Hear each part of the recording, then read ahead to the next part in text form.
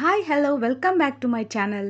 ಇವತ್ತಿನ ರೆಸಿಪಿ ತೋತಾಪುರಿ ಮಾವಿನಕಾಯಿ ಗೊಜ್ಜು. ಇದಕ್ಕೆ ಬೇಕಾಗಿರೋ ಇಂಗ್ರೀಡಿಯೆಂಟ್ಸ್ ನ ನೋಡೋಣ. ತೋತಾಪುರಿ ಮಾವಿನಕಾಯಿ 1, ಜೀರಿಗೆ 1 ಸ್ಪೂನು, ಬ್ಯಾಡಗಿ ಮೆಣಸಿನಕಾಯಿ 10 ರಿಂದ 12, ಉದ್ದಿನ ಬೇಳೆ 2 ಟೇಬಲ್ ಸ್ಪೂನು, ಕಡಲೆಬೇಳೆ 1 ಸ್ಪೂನು, ಬಿಳಿ ಎಳ್ಳು 1 ಸ್ಪೂನು, ಮೆಂತ್ಯ 1/4 ಟೀ ಸ್ಪೂನು, ಒಣಕೊಬ್ಬರಿ ಅರ್ಧ ಕಪ್ಪು, ಕರಿಬೇವು ಸ್ವಲ್ಪ, ಇಂಗು ಸ್ವಲ್ಪ, ಸಾಸಿವೆ ಸ್ವಲ್ಪ, ಎಣ್ಣೆ 4 ಸ್ಪೂನು, ಉಪ್ಪು ಹಾಗೆ ಬೆಲ್ಲ. ಪ್ಯಾನ್ಗೆ ಜೀರಿಗೆ 2 ಸ್ಪೂನು, ಬ್ಯಾಡಗಿ ಮೆಣಸಿನಕಾಯಿ 10 ರಿಂದ 12 ಹಾಕಿ 2 ಸೆಕೆಂಡ್ ಫ್ರೈ ಮಾಡ್ಕೋಬೇಕು. ಈಗ ಬ್ಯಾಡಗಿ ಮೆಣಸಿನಕಾಯಿ ಮತ್ತು ಜೀರಿಗೆ ಒಳ್ಳೆ ಪರಿಮಳ ಬರ್ತಾ ಇದೆ, ಅಂದರೆ ಈಗ ಫ್ರೈ ಆಗಿದೆ. ಈಗ ಒಂದು ತಟ್ಟೆಗೆ ಹಾಕ್ಕೊಳ್ಳೋಣ.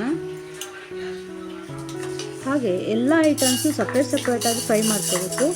ಈಗ ಉದ್ದಿನ ಬೇಳೆ 2 ಸ್ಪೂನು, ಕಡಲೆಬೇಳೆ 1 ಸ್ಪೂನು, ಬಿಳಿ ಎಳ್ಳು 1 ಸ್ಪೂನು ಹಾಕಿ ಗೋಲ್ಡನ್ ಬ್ರೌನ್ ಆಗೋವರೆಗೂ ಫ್ರೈ ಮಾಡ್ಕೋಬೇಕು. ಹಾಗೆ ಫ್ಲೇಮ್ ಸ್ವಲ್ಪ ಕಮ್ಮಿ ಮಾಡಿಕೊಂಡು ಮೆಂತ್ಯ 1/4 ಸ್ಪೂನ್ ಹಾಕಿ ಫ್ರೈ ಮಾಡ್ಕೊಳ್ಳೋಣ. ಈಗ ಮೆಂತ್ಯ ಫ್ರೈ ಆಗಿದೆ.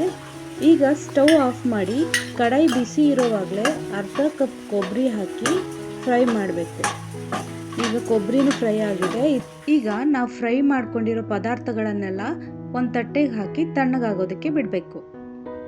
ಈಗ ಮಿಕ್ಸಿ ಜಾರ್ಗೆ ನಾವು ಫ್ರೈ ಮಾಡ್ಕೊಂಡಿದ್ವಲ್ಲ ಆ ಇಂಗ್ರೀಡಿಯೆಂಟ್ಸ್ನೆಲ್ಲ ಮಿಕ್ಸಿ ಜಾರ್ಗೆ ಹಾಕಿ ಪೌಡ್ರ್ ಮಾಡ್ಕೋಬೇಕು.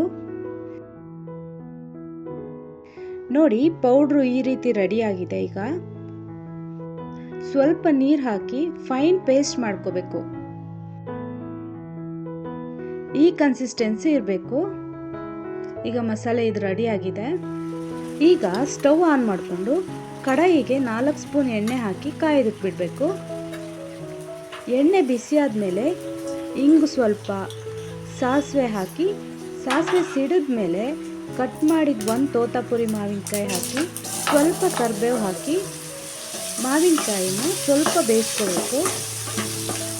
ಈ ರೀತಿ ಆಯಿಲ್ನಲ್ಲೇ ಸ್ವಲ್ಪ ಬೇಯಿಸ್ಕೋಬೇಕು, ನೀರು ಹಾಕಬಾರ್ದು. ಈಗ ಮಾವಿನಕಾಯಿ ಸ್ವಲ್ಪ ಬೆಂದಿದೆ.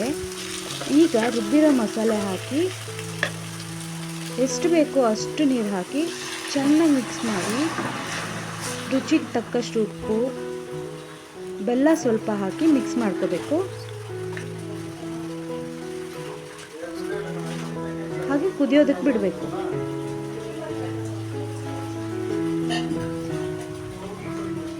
ಈಗ ನೋಡಿ, ಕುದಿಯೋದಕ್ಕೆ ಶುರುವಾಯಿತು. ಈಗ ಮಸಾಲೆದು ಹಸಿ ವಾಸನೆ ಹೋಗೋವರೆಗೂ ಕುದಿಸ್ಕೋಬೇಕಾಗುತ್ತೆ. ಈಗ ಲಿಡ್ ಕ್ಲೋಸ್ ಮಾಡಿ ಒಂದು 6 ರಿಂದ 7 ನಿಮಿಷ ಕುದಿಸ್ಬೇಕಾಗುತ್ತೆ.